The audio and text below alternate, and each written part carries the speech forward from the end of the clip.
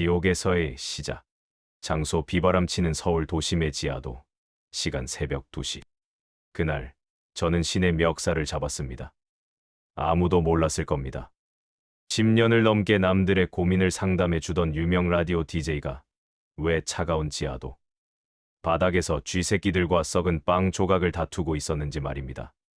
마침내 모든 것이 끝났다고 생각한 그 순간 저는 유서 대신 저주를 쓰기 시작했습니다. 인생은 참으로 비겁합니다. 성공의 사다리를 오르는 데는 평생이 걸리지만 나락으로 떨어지는 건 단 한 번의 사고면 충분했습니다. 빗길에 목뼈가 부러지고 아내가 전 재산을 들고 도망갔을 때 저는 깨달았습니다. 세상은 나를 버렸고 신은 처음부터 없었다는 사실을요. 주인공 도준이 피 맺힌 목소리로 하늘을 향해 야, 대답해봐. 거기 있으면 말 좀 해보라고. 내가 뭘 그렇게 잘못했어? 착하게 산 게 죄야? 열심히 일한 게 죄냐고. 왜 나는 이 모양인데 왜 나만 이렇게 비참하게 죽어야 하냐고. 공포의 그림자 사채업자의 습격. 장소 어두운 지하도 구석.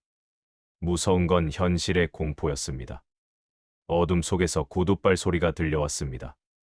저를 쫓던 사채업자들이었습니다. 그들은 부러진 제 목 보조기를 발로 찼습니다. 지옥에도 끝이 있다면 바로 그곳이었을 겁니다. 사채업자가 도준의 머리채를 잡으며 박 작가님, 아니 박씨, 아직 안 죽었네. 내일까지 이자 안 나오면 내 남은 뼈마디를 전부 문질러 줄게. 신한테 빌어봐. 돈벼락이라도 내려달라고. 그들이 떠난 뒤 저는 바들바들 떨며 쓰레기 더미를 뒤졌습니다. 그때 최 노인이 다가와 낡은 노란 수첩과 볼펜 한 자루를 던졌습니다. 억울하면 적어. 내 피를 잉크 삼아 신의 심장에 박아버려. 그 노인의 눈빛은 인간의 것이 아니었습니다. 신비로운 교신펜이 스스로 움직이다. 장소 낡은 텐트 안 시간 새벽 4시. 폭풍우가 텐트를 찢을듯 몰아치던 새벽 4시. 저는 미친 듯이 수첩을 채워갔습니다. 그것은 질문이 아니라 비명이었습니다. 당신은 왜 불공평합니까? 왜 누구는 만석군으로 태어나 평생을 누리고 나 같은 놈은 천석군도 못 되어 뼈 빠지게 일하다가 버려집니까?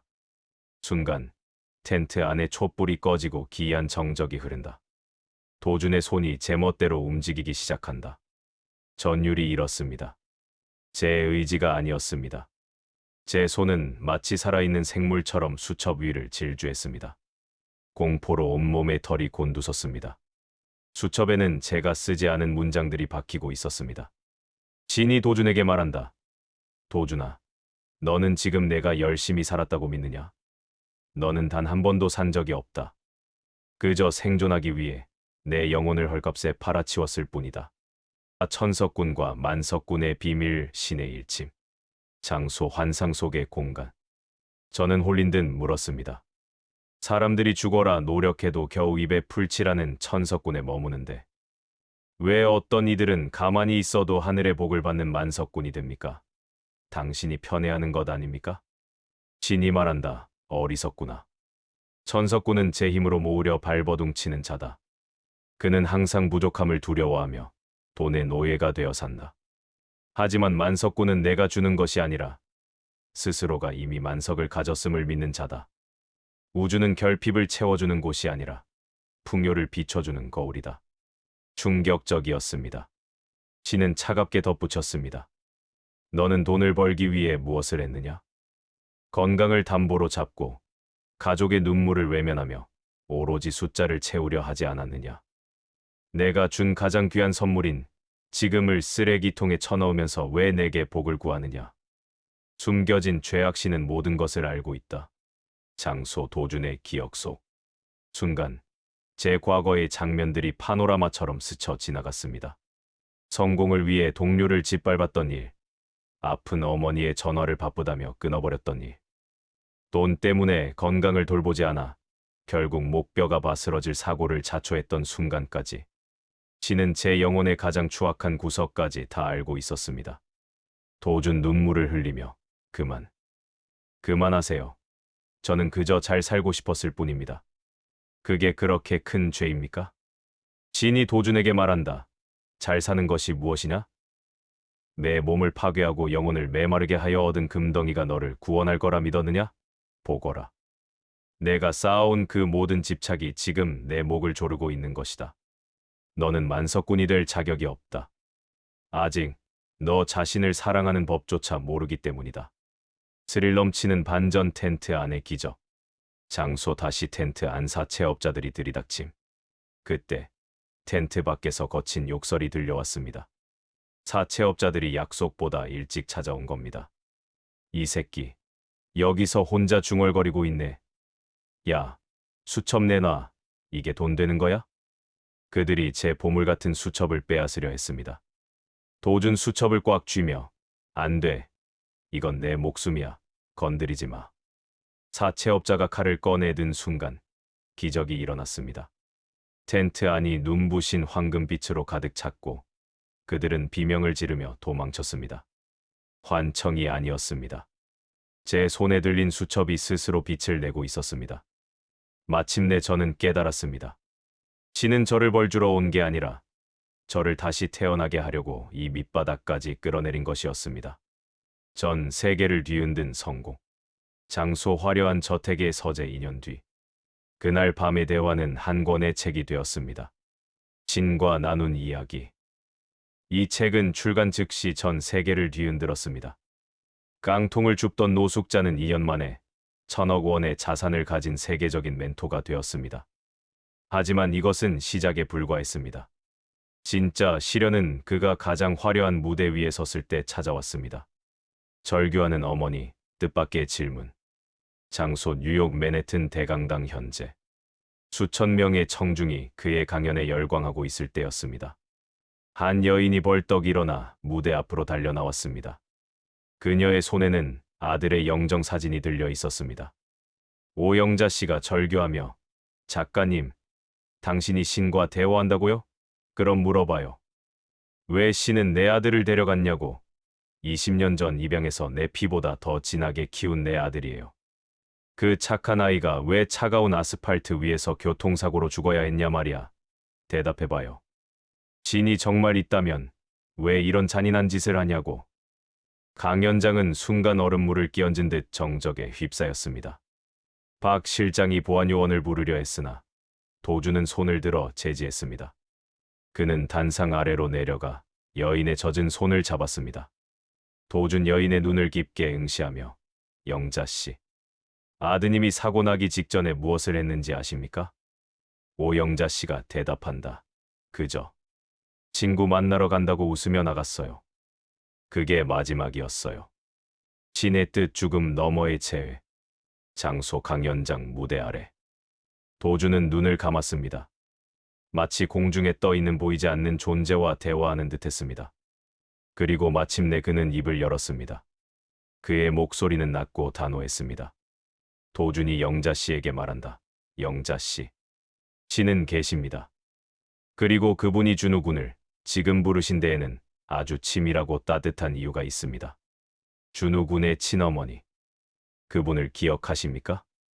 오영자씨가 당황하며 말한다. 그 여자는 아이를 낳고 얼마 안 되어 세상을 떠났다고 들었어요. 도준이 빠르게 말한다. 맞습니다. 그 친엄마는 지난 20년 동안 하늘나라 문턱에서 단 한순간도 아들을 잊지 못했습니다.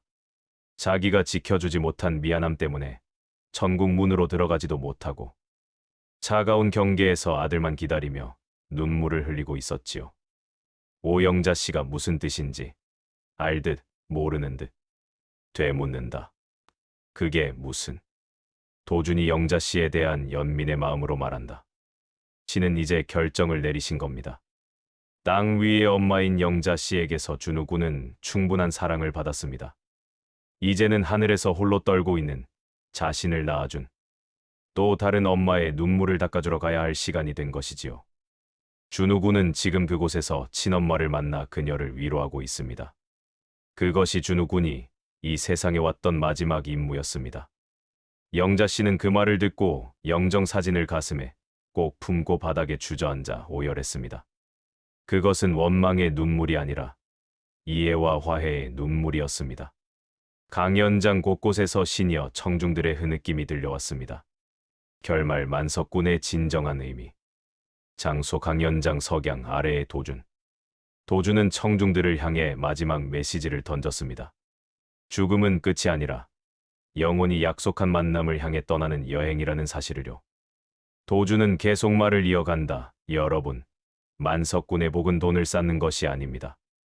내 영혼이 어디서 와서 어디로 가는지, 그리고 내 곁에 소중한 사람들이 어떤 인연으로 묶여 있는지를 깨닫는 것이 진짜 만석군의 삶입니다.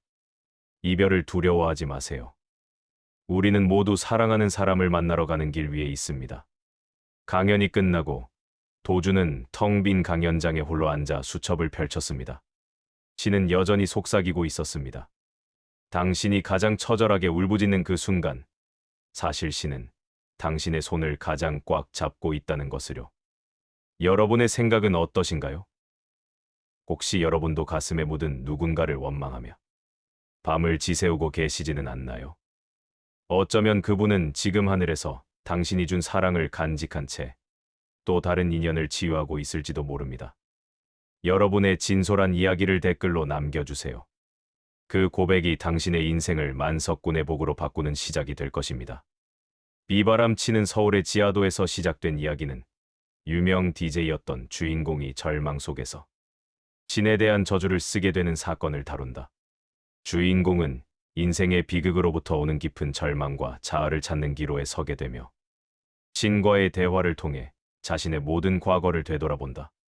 주인공은 신으로부터 교훈을 받고 어려운 상황에서 기적적인 순간을 맞이해 결국 전 세계적으로 유명한 멘토가 되는 이야기가 펼쳐진다. 오영자 씨는 아들의 영정 사진을 들고 슬픔에 잠기며 신에게 아들을 데려간 이유를 물었습니다. 도주는 영자 씨를 위로하며 아들이 교통사고 직전에 친구를 만나러 간 이야기를 나누고 그를 친엄마와 재회하게 해준 이유를 설명합니다.